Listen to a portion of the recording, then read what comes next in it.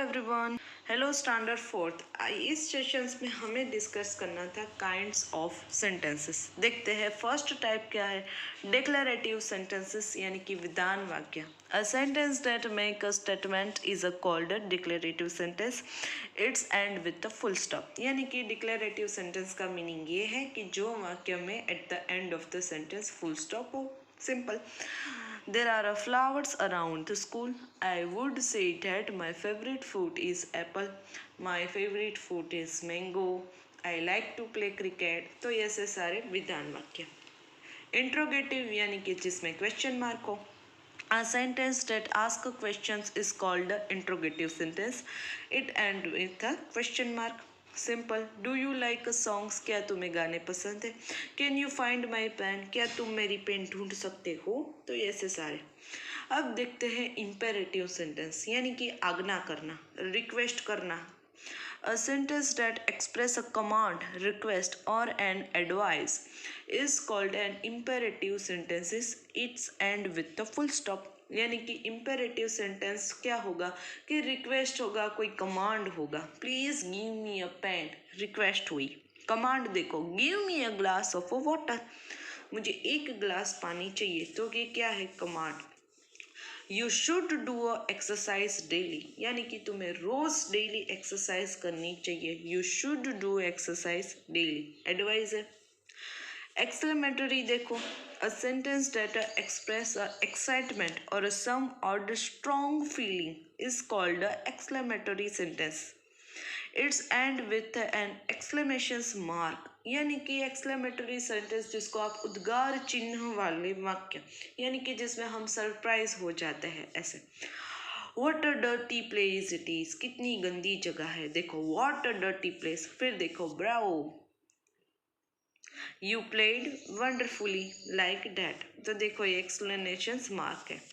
अब देखते हैं पार्ट्स ऑफ सेंटेंसेस, यानी कि पार्ट्स, वाक्य है उसके पार्ट्स। देखो a sentence has a two parts. किसके कितने पार्ट है वाक्य के, दो पार्ट है, सब्जेक्ट और प्रेडिकेट। देखो सब्जेक्ट, द पर्सन और the thing we walk talk about it may consist one word और मेनी वर्ड्स, यानी कि सब्जेक्ट यानी कि वाक्य में जो क्रिया करता है कर्ता वो। और देखो प्रेडिमेट यानी कि its tell us something about the subject. It may also consist of one word और मेनी वर्ड, यानी कि ये प्रेडिक्ट है, वो क्या करेगा कि करता है वाक्य में, वो क्या क्रिया करता है वो। Here saved the life, Snow White is predict. In some imperative sentences, the subject may be a not be stand, it is a understood. यानी कि imperative वाक्य हो गए, आज्ञार्थ वाक्य, उसमें कई बार करता नहीं होगा। Don't make a noise. देखो ये टीचर है, क्लास में बोलते हैं डोंट मेक अ नॉइज, तो इसमें करता है वो क्या है, हिडन सब्जेक्ट है। प्लीज ओपन द डोर, हम किसी को सिर्फ इतना ही कहते हैं कि प्लीज ओपन द डोर, तो यहाँ भी सब्जेक्ट है वो हिडन है। अब देखो आगे अफर्मेटिव एंड नेगेटिव सेंटेंसेस, यानी कि अफर्मेटिव यानी कि विधान और डिक्लेरेटिव भी विधान ही होता, और नेगेटिव यानी कि पता है। अफर्मेटिव देखो, I have a pet cat, मेरे पास कैट है, वो मेरी पेट है। तो देखो I do not have a pet cat और I have no pet cat. विधान, they collected the shells on the beach, they did not collect shell on the beach. Affirmative, it was a sunny day, it was a not sunny day, यानी कि helping verb के पीछे आपको always क्या लगाना है, not.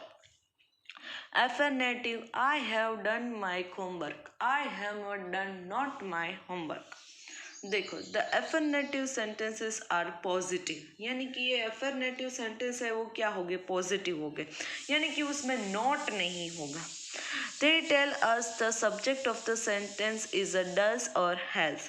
Negative sentence have the words no और not in them, they are use to deny और निगेट समथिंग, यानी कि नेगेटिव है वो नकार का भाव है, नो, नथिंग, नेवर, ऐसे सारे वर्ड्स।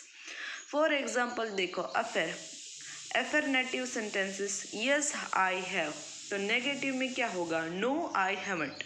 जब आप अफर्मेटिव लिखो, पॉजिटिव लिखो तो आगे ऐसे यस लिखना, बाद में कॉमा करना और आई हैव लिखना। उसी तरह negative, no I have not.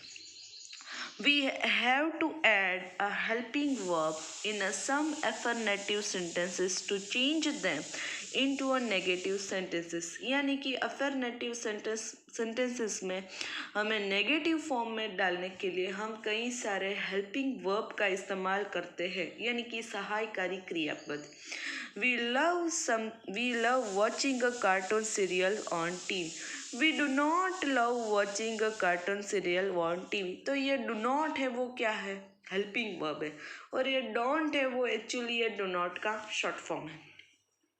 When the verb is made up of more than one word, we put not after the first verb in the negative sentences। यानी कि उसमें भी यही तरह फ्यूचर टेंस में will not, shall not, will और shall के बाद not. Rehan will go to the market today.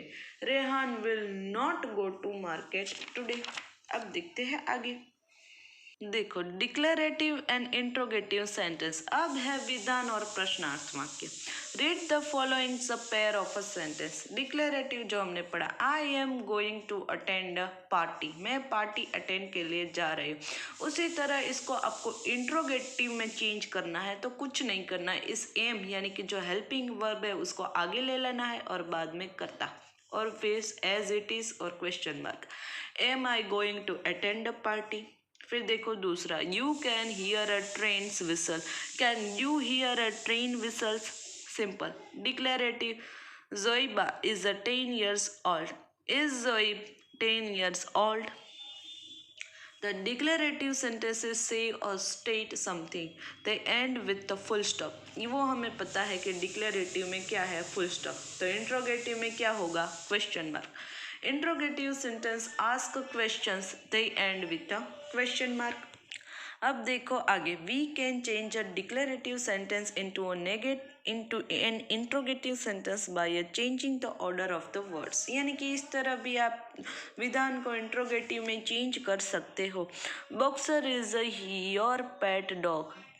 Is boxer your pet dog? यहाँ भी उसी तरह हेल्पिंग वर्ब आगे। तो food was a very tasty. Was the food very tasty? Like that. WH questions, sentences that are used to make inquiries or ask for informations with the help of WH words, such as what, when, where, why, who, whose, which, how, etc. all called WH question। यानी कि इसको WH question कहते हैं। what, when, the आगे WH, वो प्रश्न ही पूछते हैं ऑलवेज, उसमें आपको क्वेश्चंस ही मिलेंगे। वाई यानी कि रीज़न दिखाना, वेयर जगह के लिए, व्हेन टाइम दिखाना, व्हाट का इस्तेमाल पता है, वूज है वो पोजीशंस दिखाएगा, whose purse is this. Such a question cannot be answered in a yes or no. They need to have a full sentence answers। यानी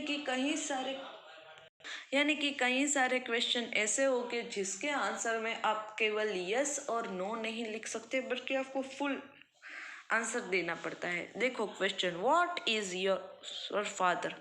my father is teacher. Simple question. When do you go to school? समय दिखाएगा ना, I go to school at 7 o'clock। Where you last Sunday? तुम last Sunday कहाँ थे? I was at my friend's house last Sunday. Why do you people like? लोग तुम्हें क्यों पसंद करते हैं? People like me because I love them. Why यानी कि रीजन बताएगा। whose book is this? जैसा मैंने कहा था, पोजीशंस दिखाएगा। This is a my book. Which fruit do you like the most? I like apple the most. कौन सा फ्रूट तुम्हें सबसे ज्यादा पसंद है?